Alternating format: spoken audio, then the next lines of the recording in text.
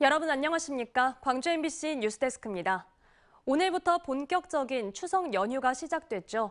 오랜만에 가족과 고향 친구들 볼 생각에 설렘도 가득하실 텐데요. 기쁘고 설레는 마음을 안고 고향으로 향하는 연휴 첫날 표정을 김영찬 기자가 취재했습니다. 추석 연휴 첫날 오랜만에 고향을 찾은 귀성객들의 얼굴엔 웃음꽃이 피었습니다. 양 손에는 가족들에게 줄 선물 꾸러미가 잔뜩입니다. 가족을 볼 수 있다는 설렘에 그동안 쌓여있던 일상의 스트레스와 피곤함은 금세 사라졌습니다. 한 3일 정도 아버님하고 같이 성묘도 하고 그럴 예정입니다. 오랜만에 가족들 모여가지고 고모 댁에도 가고 해서 좀 즐겁게 가족들하고 보낼 예정입니다. 결혼과 취업으로 고향에서 멀리 떠난 자녀들을 보기 위한 역귀송도 눈에 띕니다. 양손이 부족할 정도로 어머니의 정성이 담긴 고향 음식이 한가득입니다. 혹시라도 음식이 식을까 서울로 가는 발걸음을 재촉합니다. 사남매가 이제 서울에서 삽니다. 그러고 강주에 이제 큰아들하고 같이 사는데 그이들이 내려오는 게 힘들고 또 저희들이 두 사람만 고생하면 편할 것 같아서 올라가게 있었습니다. 딸이 이제 다음 달에 출산이라 엄마가 좀 맛있는 거 해가지고 좀 음식을 해가지고. 추석 연휴 첫날 고향집보다 먼저 요양병원으로 발길을 향한 가족들도 있습니다. 엄마, 잘 지냈어? 맛있어? 지난해와 달리 올해는 요양병원에서 대면 면회가 허용됐지만 30분 정도의 짧은 면회 시간이 야속하기만 합니다. 항상 마음에 걸리고 자식들 도리가 아닌 듯 해가지고 항상 신경이 쓰였는데 와서 직접 보고 만져보고 많이는 못 드셔도 조금씩 음식 드시니까 굉장히 뿌듯하고 흐뭇합니다. 한편 이번 추석은 연휴가 늘어난 만큼 광주 전남을 드나드는 차량은 하루 평균 48만여 대로 지난해보다 5% 이상 많을 것으로 예상됩니다. 내일 교통량은 위성 차량이 49만 대, 그다음에 기경 차량은 50만 대로 예상되고 있습니다. 추석 당일인 내일 광주 전남 대부분 지역은 맑겠으며 구름 사이로 보름달을 볼 수 있겠습니다. MBC 뉴스 김영창입니다. 광주 기독병원 공공심야 어린이병원이 문을 연 지 한 달이 돼갑니다. 이제는 늦은 밤에 아이가 아파도 진료를 받을 수 있어 부모들에게 믿을 구석으로 자리매김하고 있는데요. 추석과 개천절 연휴에도 쉬지 않고 자정까지 진료를 계속한다고 합니다. 천홍희 기자가 현장을 다녀왔습니다. 일반 어린이병원이 문을 닫은 일요일 저녁 시간. 아픈 아이를 품에 안은 부모들이 광주 기독병원을 찾았습니다. 부모들은 걱정 가득한 목소리로 아이의 상태를 설명합니다. 이런 데가 계속 나는데 이게 괜찮을까요? 한번 해볼까? 고개 좀 들어보자. 병원을 방문한 부모들은 밤에 진료하는 어린이병원이 없어 발만 구를 때가 많았는데 이제는 찾아올 곳이 생겨 안심이 된다는 반응입니다. 3시쯤에 갑자기 열이 나기 시작했어요. 혹시 갈 수 있는 병원들이 있나 수소문을 했는데 여기가 있다는 게 이제 뒤늦게 생각이 난 거예요. 광주 기독병원은 지난 1일부터 본격적으로 공공심야 어린이병원 운영을 시작했습니다. 주말과 공휴일을 포함해 매일 밤 12시까지 운영됩니다. 공공심야 어린이병원은 소아청소년과 전문의 1명이 매일 진료를 보고 있고 평일에는 다른 일반 아동병원이 진료를 마감하는 저녁 6시 30분부터 토요일에는 오전 8시 30분, 일요일과 공휴일에는 오전 10시부터 진료를 시작합니다. 운영 한 달 만에 1,800여 명의 아이 환자가 병원을 방문했고 주말 하루에만 100여 명의 환자가 몰리고 있습니다. 저희 병원이 야간과 공휴일, 주말을 이렇게 운영을 하다 보니까 그 의료의 사각지대, 공백 시간을 저희 병원이 담당할 수 있게 된 것이죠.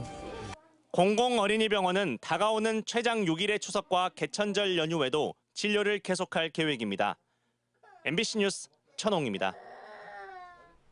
오늘 목포 신항에 있는 세월호 선체 앞에서 세월호 유가족을 비롯한 시민들이 함께 추석맞이 합동 차례를 진행했습니다.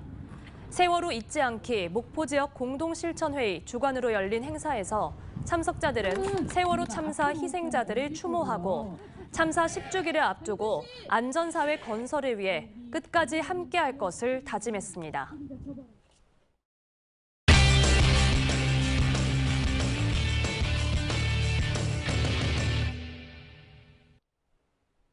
내년 총선 출마를 준비 중인 후보들을 알아보는 시간, 오늘은 나주시 화순군 지역구를 무대로 하는 인물들을 살펴보겠습니다. 현역 신정훈 의원이 3선 도전에 나설 걸로 예상되는 가운데 자천, 타천 거론되는 6명 중 5명이 나주를 기반으로 활동하는 이들입니다. 김초롱 기자가 보도합니다. 나주 화순 지역구에서는 모두 6명의 후보들이 내년 총선을 위한 당금질을 시작했습니다. 재선 나주시장이자 재선 국회의원인 신정훈 민주당 전남도당 위원장이 3선에 도전하는 가운데 재선 화순군수 출신인 구충곤 전 군수는 화순군수 3선 불출마를 선언한 이후 화순의 대표주자를 자임하며 일찌감치 채비를 해왔습니다. 2016년 20대 총선 때 국민의당 바람을 잇고 국회에 입성한 판사 출신의 송금주 전 의원도 절치부심하며 신정훈 의원과 재대결을 준비하고 있습니다. 광산구 정책팀장과 청와대 선임행정관 출신의 최용선 더불어혁신정책연구원장도 각종 방송에 출연해 정치평론가로 입지를 다지고 있습니다. 국민의힘에선 나주시의장 출신인 김종훈 나주화순 당협위원장이 집권여당의 강점을 살려 민심을 훑고 있고 지난해 당원 투표를 걸쳐 일찌감치 진보당 후보로 확정된 안주용 나주시 지역협의회장도 전남도 의원 경력을 내세워 민심을 공략하고 있습니다. 인구수가 많은 나주시와 절반 정도인 화순군이 하나의 선곡으로 묶인 2004년 17대 총선 이후 화순 출신 인물이 당선된 적은 한 번도 없습니다. 3선 도전에 나서는 민주당 전남도당 위원장에 누가 대항마로 맞설 것인지, 경선 국면에서 나주 화순 간 지역구도가 어떻게 작동할 것인지가 관전 포인트입니다. MBC 뉴스 김초롱입니다. 어제 오후 7시 45분쯤 광주 북구 우남동의 18층짜리 아파트 7층에서 불이 나 1시간 20여 분 만에 꺼졌습니다. 이 불로 주민 9명이 연기를 들이마셔 병원으로 옮겨졌고 35명이 급히 대피하는 소동이 벌어졌습니다. 소방당국은 냉장고에서 연기가 보인다는 집 주민의 신고 내용을 토대로 정확한 화재 원인과 피해 규모를 조사하고 있습니다. 어제 저녁 7시 30분쯤 한평의 한 사거리에서 주암댐 물을 목포시 몽탄정수장으로 공급하는 한국수자원공사 광역상수도관이 파손됐습니다. 다행히 파열 사고 시간이 수돗물을 적게 사용하는 야간 시간대여서 단수는 발생하지 않았지만 목포 일부 아파트에서는 혼탁한 물이 나오기도 했으며 파손된 수도관은 9시간 만에 복구됐습니다. 한국수자원공사는 수도관 노후화로 인한 파손으로 보고 정확한 사고 원인을 조사하고 있습니다. 추석을 앞두고 실시된 농산물 원산지 표시 단속에서 광주와 전남 지역 업체 26곳이 적발됐습니다. 국립농산물품질관리원 전남지원은 원산지를 국내산으로 거짓 표시한 업체 13곳을 형사 입건하고 원산지를 표시하지 않은 업체 13곳에는 과태료 200여만 원을 부과했습니다. 특히 고흥의 한 고깃집에서는 칠레산 돼지고기를 대패 삼겹살로 가공해 판매하면서 원산지를 국내산으로 거짓 표시한 것으로 확인됐습니다. 광주관광공사 초대사장에 김진강 전 광주관광재단 대표이사가 임명됐습니다. 김진강 신임사장은 호남대 호텔경영학과 교수와 국립아시아문화전당 재단 이사, 광주관광재단 대표이사 등을 역임했습니다. 그는 창의적인 발상으로 광주의 다양한 관광 자원을 발굴해 새롭게 출범한 광주관광공사를 이끌겠다고 밝혔습니다. 무안국제공항의 정기선 운항이 잇따르고 있습니다. 베트남 퍼시픽 항공이 다음 달부터 무안 나트랑 정기선 운항에 들어갈 예정이며 최근에는 전라남도가 중국 동방항공과 상하이 무안 정기노선 운항 업무 협약을 맺었습니다.